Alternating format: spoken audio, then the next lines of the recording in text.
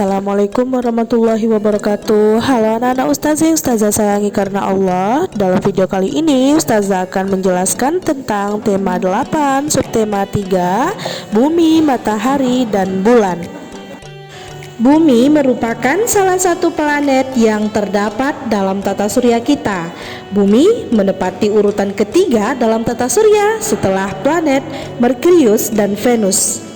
Bumi merupakan satu-satunya planet pada tata surya ini yang dihuni makhluk hidup, terutama manusia, hewan, dan tumbuh-tumbuhan.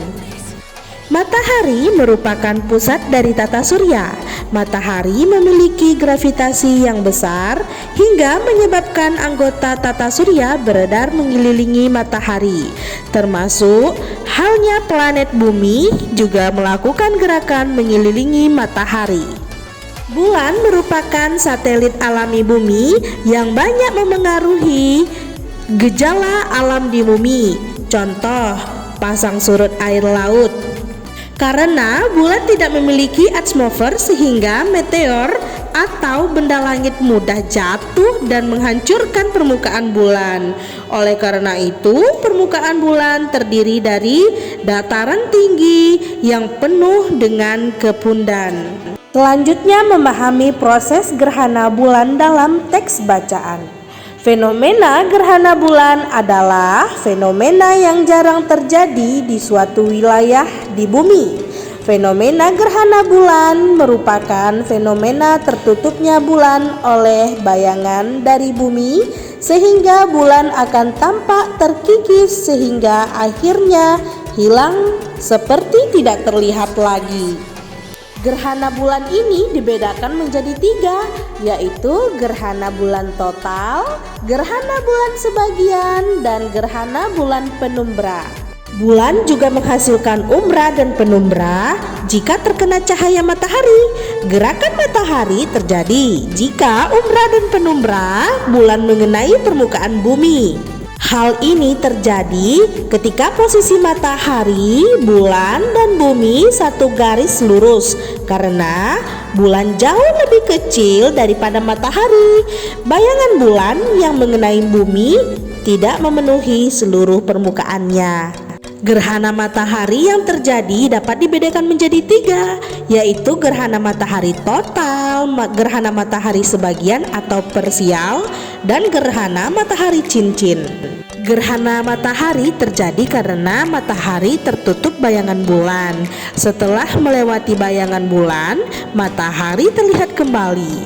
Cahaya matahari sangat menyilaukan. Kemudian Ananda tidak boleh melihat gerhana matahari secara langsung karena dapat membutakan mata. Gerhana bulan dan gerhana matahari merupakan peristiwa yang terjadi di alam. Peristiwa ini merupakan bukti kemahakuasaan Allah Subhanahu wa Ta'ala. Memahami pengertian reklame. Reklame adalah media periklanan dan pemberitaan.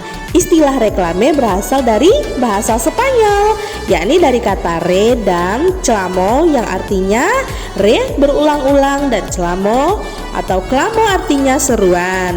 Reklame dapat diartikan sebagai seruan yang berulang-ulang dalam rangka menawarkan barang atau jasa kepada konsumen. Reklame bertujuan menyebarkan informasi kepada khalayak ramai tentang suatu produk atau pesan lain.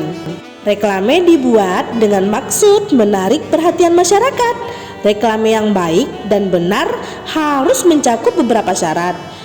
Contohnya, mencolok, jelas, singkat, dan mudah untuk dimengerti, menarik, jujur, dan dilakukan berulang-ulang. Selanjutnya, memahami kegiatan ekonomi negara tetangga. Anak-anak ustazah masih ingatkah tentang negara Singapura? Bagaimana sektor perekonomian negara Singapura? Nah, Singapura merupakan salah satu dari negara industri baru selain Hong Kong, Korea Selatan, dan Taiwan yang dikenal sebagai kelompok 4 di Asia yang termasuk salah satu negara yang berpendapatan per kapita paling tinggi setelah Jepang. Nah, anak-anak ustazah coba baca dan simak bacaan tentang Singapura pada buku Ananda halaman 146 hingga 147 dengan teliti. Dari informasi tersebut, Ananda yang ada di halaman 146 dan 147, apakah ada persamaan yang Ananda temukan mengenai perkembangan perekonomian Singapura dengan negara kita yakni Indonesia? Lalu bagaimana dengan perbedaannya? Selanjutnya anak-anak, mari kita mengenal kalender Masehi dan Hijriah.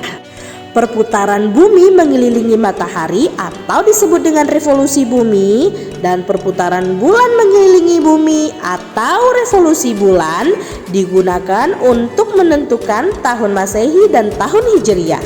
Sistem penanggalan Masehi ditentukan berdasarkan kala revolusi bumi. Sistem penanggalan Hijriah ditentukan berdasarkan kala revolusi bulan. Setiap 4 tahun sekali dalam 1 tahun ada berapa?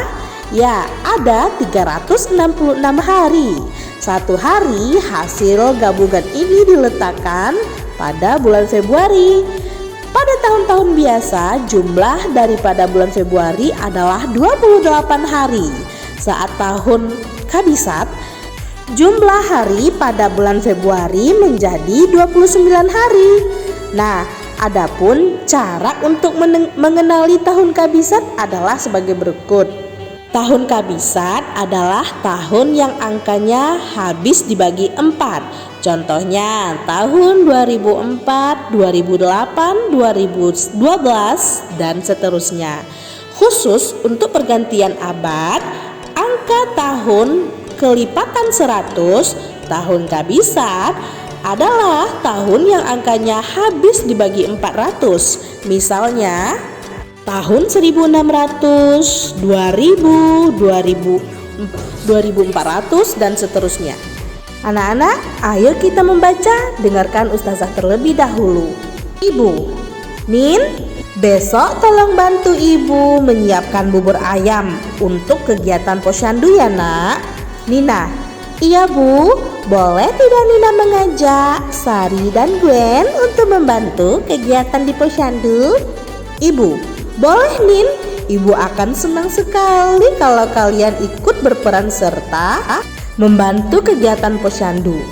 Ayah, wah pasti akan ramai sekali ya besok. Anak-anak dan ibu-ibu pasti akan mendatangi posyandu untuk mendapatkan pelayanan kesehatan. Ibu, betul ayah.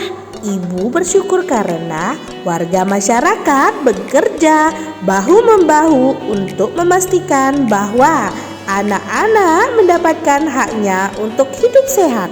Nina, wah pembicaraan ini mengingatkanku akan tugas sekolah. Aku harus mengamati pelaksanaan tentang hak anak Indonesia di lingkungan setempat.